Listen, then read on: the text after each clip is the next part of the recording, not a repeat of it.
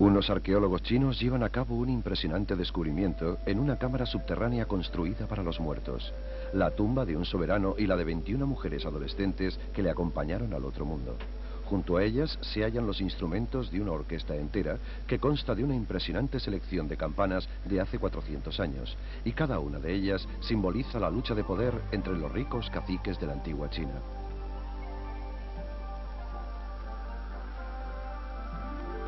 Soy John Rhys Davies. Acompáñenme a escuchar la música de las campanas de la Edad de Bronce a continuación en Arqueología.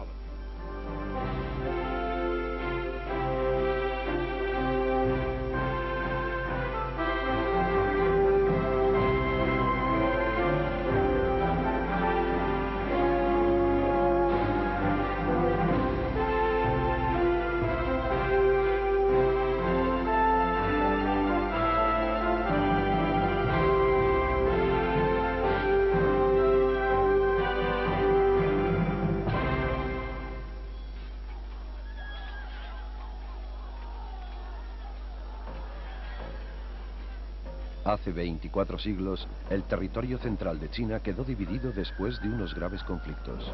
Durante la etapa conocida como el período de guerras, la antigua autoridad de la dinastía Chu se tambaleó y surgieron una docena de reinados advenedizos que lucharon por el poder.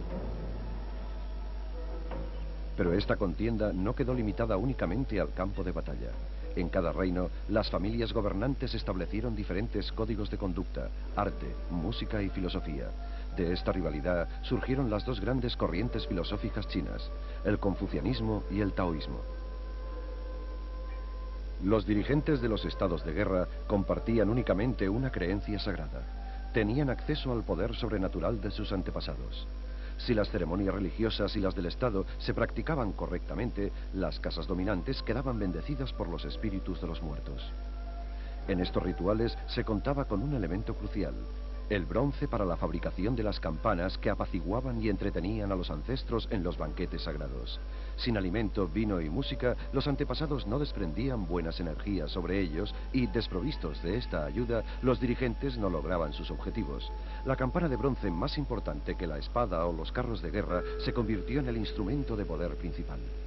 Durante muchas generaciones, los estudiosos occidentales han intentado explicar el auge de la civilización china comparándola a la occidental.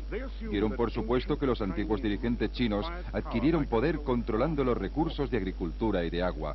Pero la arqueología nos ha facilitado una imagen muy diferente. En la antigua China, la riqueza material significaba muy poco si no tenían acceso a todo lo sobrenatural. Y esto es una lección que nos ha dado uno de los descubrimientos más impactantes del siglo. Las campanas de la Edad de Bronce.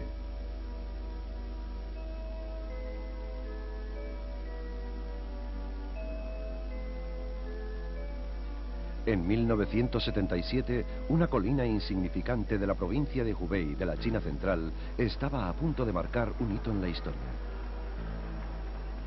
Un destacamento del Ejército de Liberación recibió la orden de allanar la colina para ubicar una fábrica sobre aquel terreno. Excavando, se toparon con una curiosa capa de tierra gris y se lo comunicaron a las autoridades. Unos meses después, encontraron unas losas de piedra muy grandes que resultaron ser el revestimiento de un enorme pozo de 20 metros de ancho donde se enterraban los muertos. Excavando a través de las capas protectoras de tierra y yeso, el equipo se topó con unas vigas muy voluminosas.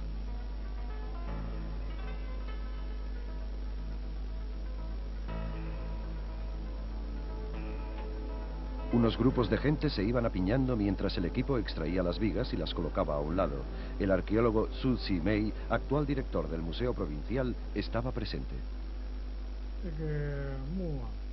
Cuando la grúa deshizo el techo, se vio debajo un pozo de agua y unos objetos de madera flotando en la superficie. Había muchos objetos artísticos de madera. Fue una visión preciosa. Nicolette y yo estábamos muy sorprendidos y contentos en aquel momento.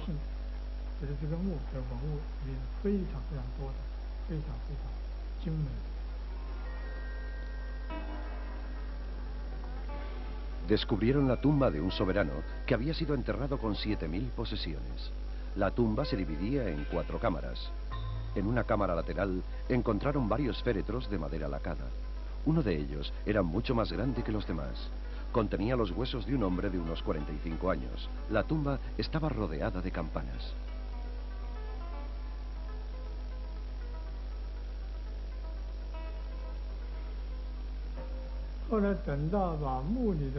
Cuando sacamos las campanas y otros objetos de la tumba, comprobamos que la mayoría de objetos eran de bronce y que en ellos estaba inscrito el nombre de Chu Uyi, lo que significa que los objetos le pertenecían y que él era el único que tenía derecho a utilizarlos.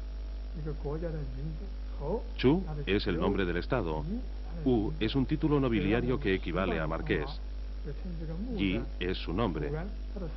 Es habitual que el propietario de la tumba lleve estos nombres. Junto al ataúd del marqués Yi había 8 ataúdes más pequeños que contenían esqueletos de mujeres.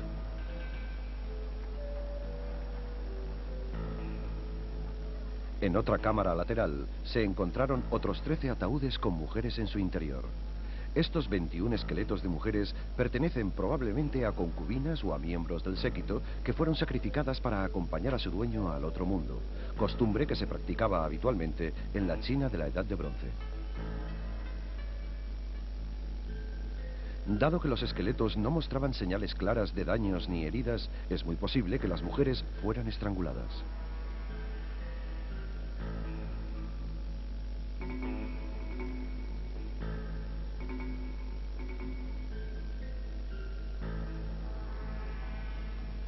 La tercera de las cámaras pequeñas contenía accesorios de carros de guerra, blindajes y armas de guerra. Pero la cámara principal ocultaba la sorpresa más grande de todas, una orquesta de más de 20 instrumentos de bronce, piedra y bambú.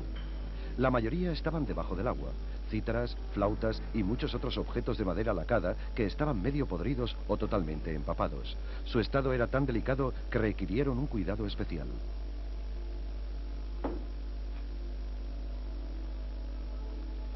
El Museo Jugei se encargó de la conservación de aquellos objetos de madera tan frágiles, lo que conllevó años de experimentos y de mucho trabajo al tener que elaborar de nuevo la laca china. Los objetos se grababan o tallaban originalmente sobre maderas blandas y tiernas recubiertas de capas de cola o de tela muy fina.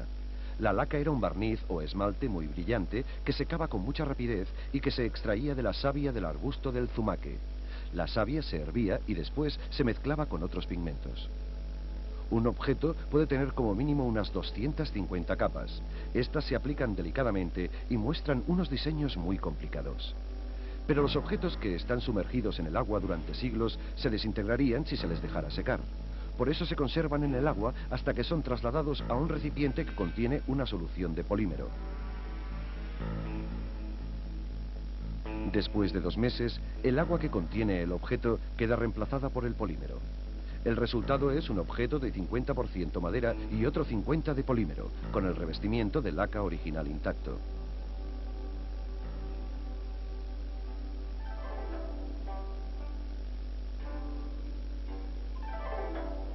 Uno de los primeros instrumentos que salieron del laboratorio fue una serie de flautas de pan recubiertas de unos dibujos muy sofisticados.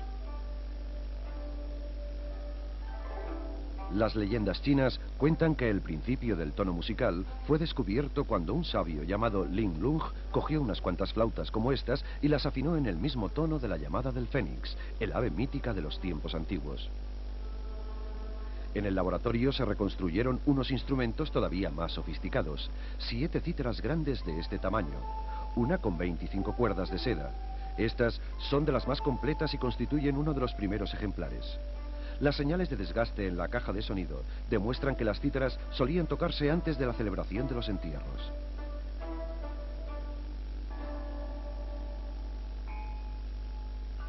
Se encontraron tambores, unas armónicas que se hacían de las jícaras y una colección de 32 campanillas de piedra perfectamente afinadas, cada una de ellas talladas en piedra caliza, colgada de un tendedero de bronce. Aquí vemos cómo tocan una réplica del original.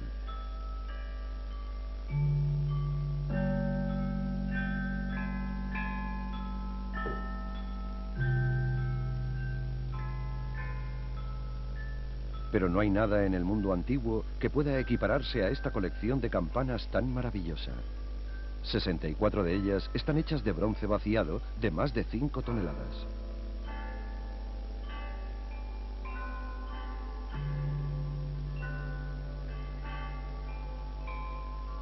Una inscripción en una de las campanas nos indica que todo el conjunto fue entregado al marqués Yi del período de guerra de Sung. Era el año 433 a.C. Desgraciadamente, no ha quedado registrada ninguna música originaria de aquella época que podamos reproducir y tocar en las campanas. A pesar de ello, para expertos en música antigua de la China, como Kenneth de Woskin de la Universidad de Michigan, el descubrimiento de este conjunto de campanas fue una auténtica revelación. El marqués Yi era el soberano de un pequeño estado feudal de China llamado Sung en el siglo V a.C., durante la época conocida como periodo de guerra. De hecho, no se sabía nada del marqués ni del estado de Sung hasta que se descubrió esta maravilla. Así que fue a través del descubrimiento de estas campanas y del resto de objetos de las tumbas que los arqueólogos y los historiadores supieran de la existencia de esta persona tan importante. Estas campanas no tienen badajo. Se tocaban con unos martillos de madera y con unos palos que fueron descubiertos en las tumbas. Cada campana tiene una característica particular que la distingue, detalle que dejó a los historiadores de música boquiabiertos. Lo más sorprendente de estas campanas es que cada una puede emitir dos sonidos distintos, un tono bajo en el centro y uno más alto en el extremo. Esto supuso un avance tecnológico muy importante. A los fabricantes de campanas modernos les resulta muy difícil reproducir estos instrumentos. Esto supuso un gran esfuerzo para aquellas personas, y la pregunta que nos hacemos es, ¿por qué los chinos dedicaron tanto esfuerzo para la fabricación de una campana que pudiera emitir dos tonos diferentes? De Woskin cree que los dos tonos reflejan la idea de un universo gobernado por dos fuerzas opuestas y armónicas a la vez, el concepto del yin y el yang. Las reliquias arqueológicas nos han demostrado que desde los primeros tiempos la cultura china estaba interesada en la idea del equilibrio y la simetría.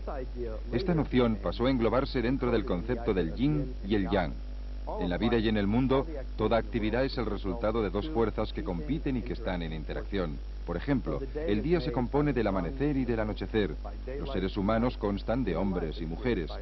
Toda la actividad que se desarrolla en nuestro planeta es producto de una interacción entre el cielo y la tierra. Las mismas campanas son una demostración de cómo dos fuerzas actúan simultáneamente. Y este es el efecto que producen dos notas sonando en una misma campana.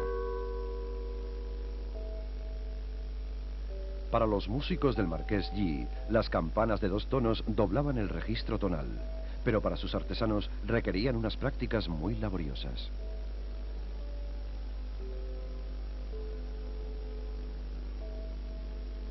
Cada campana tiene una inscripción que identifica los dos tonos que emite.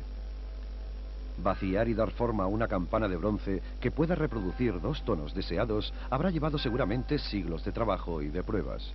Los expertos han realizado un estudio comparativo entre las inscripciones de las campanas y las notas que reproducen. Uno de ellos es el historiador de arte Lothar van Falkenhusen. La exactitud de la afinación de las campanas no es de un 100%. Existe un margen de error en el vaciado y en el fundido del bronce.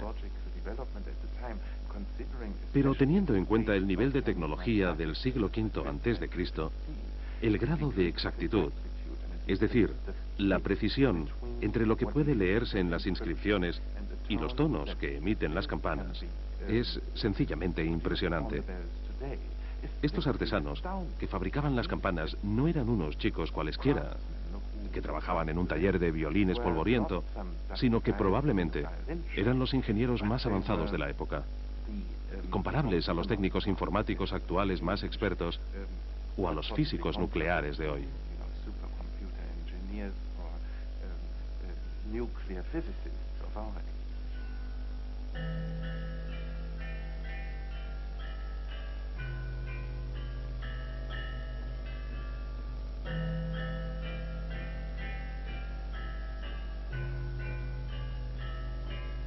Para fabricar esta colección de campanas se necesitaron 2.250 kilos de bronce, mucho más de lo que se empleó para fabricar las armas del marqués, los blindajes y los accesorios de los carros de guerra. Todo su arsenal militar estaba escondido en una cámara, pero la orquesta era el elemento principal de los entierros, ocupaba toda la cámara central de la tumba. Este interés por la música no se debía únicamente al gusto personal del marqués. De hecho, la música era muy importante en la China de aquella época. Importante como actividad y como concepto. Como concepto, la música era el medio a través del cual los soberanos se comunicaban con sus antepasados, costumbre muy importante en cuanto a la continuidad. Como actividad, la música tenía un objetivo único, de tipo metafórico, y lo explicaré porque creo que es fundamental en la China de entonces. Mediante la música, la gente se movía en armonía sin ninguna fuerza visible que les coaccionara. Por decirlo de otra manera, sin necesidad de leyes ni de un cuerpo de policía. Cuando bailaban, se movían todos al mismo tiempo. Y en China, esto se convirtió en una metáfora muy importante para conseguir una armonía social ideal.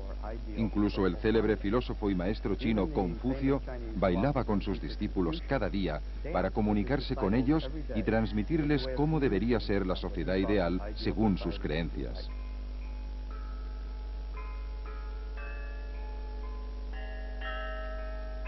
Estas grandes campanas no se tocaban únicamente por diversión.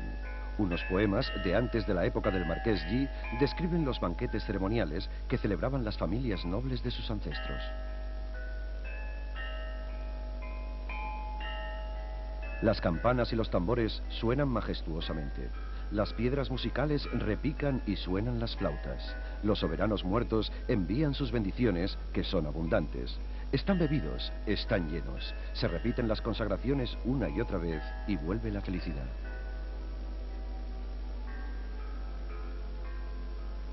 Las campanas, mediante su poderosa música, pueden atravesar la frontera y comunicarse con los antepasados. Los ancestros del marqués estaban muertos, pero no ausentes.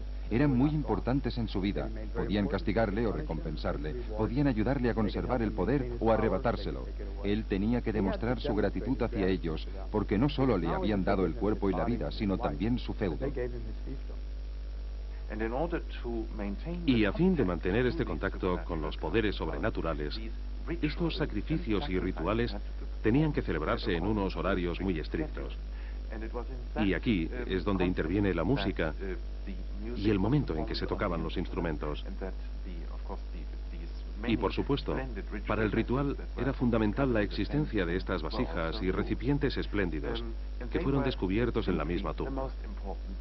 Era lo más importante que podía poseer un Estado. Simbolizaban la autoridad de un Estado. Y por tanto, era conveniente que el Estado invirtiera lo que fuera preciso en la fabricación y obtención de estos objetos artesanales tan valiosos. Si el marqués quería tener una colección de campanas como esta, no iba a la tienda a comprarlas, sino que las tenía que fabricar.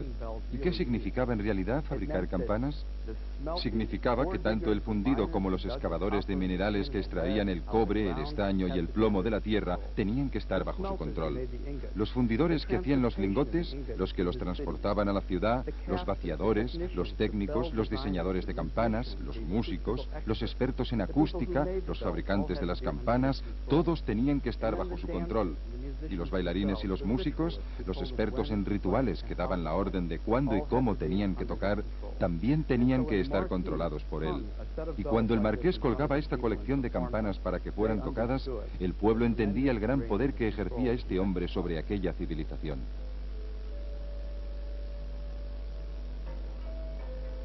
Los banquetes y rituales eran fundamentales para que los soberanos conservaran el poder.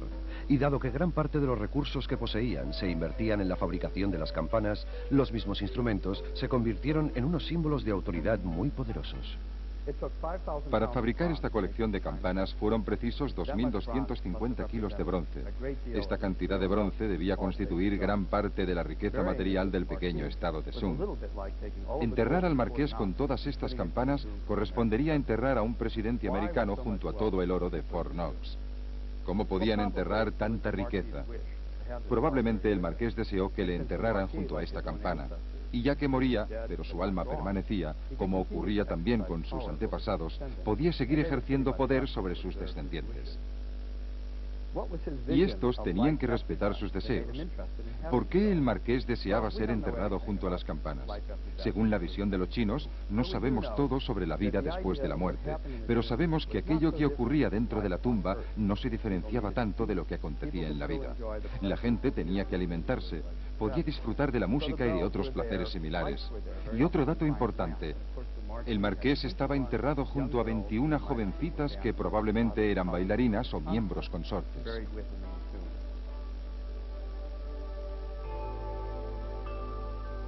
Las inscripciones en las campanas también nos revelan algo muy sorprendente.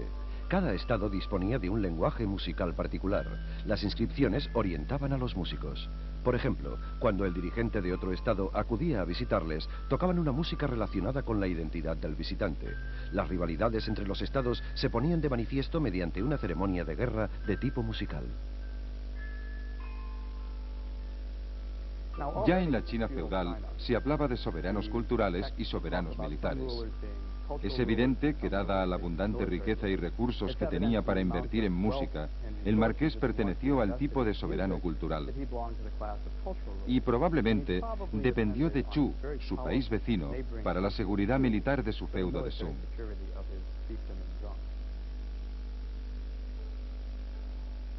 Pero la era del período de guerra llegó a su fin cuando los primeros emperadores de China unificaron finalmente el país en el año 221 a.C. La lucha por la supremacía había llegado a su fin. Dejaron de practicarse las grandes ceremonias orquestales. Los rituales y la costumbre de celebrar banquetes musicales quedaron obsoletos a medida que las creencias y las estructuras de poder fueron cambiando. Incluso en la época del marqués Yi se puede apreciar que la música está presente. En una cámara lateral donde se encontraron los féretros del marqués y 8 de los miembros de su séquito, apareció una pequeña colección de cítaras, unas armónicas y un tambor. Estos instrumentos se tocaban por puro placer y entretenimiento. Actualmente todavía nos cautiva la música de las réplicas de estos instrumentos, al igual que ocurría hace 24 siglos.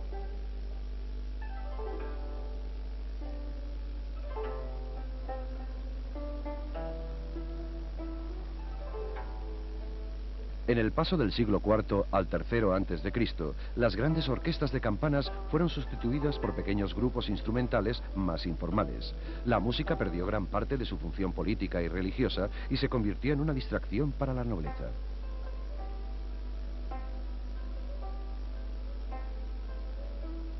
Los banquetes reales pasaron de ser unas celebraciones pomposas para los muertos a unos rituales banales para los vivos. Los seguidores puritanos de Confucio clamaron contra la nueva música y el espíritu de disipación y lascivia que conllevaban aquellas prácticas. No cabe duda de que era el final de una era.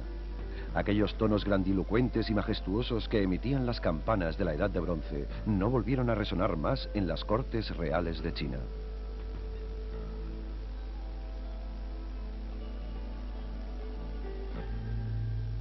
Confucio y sus seguidores lamentaron el final de los viejos tiempos.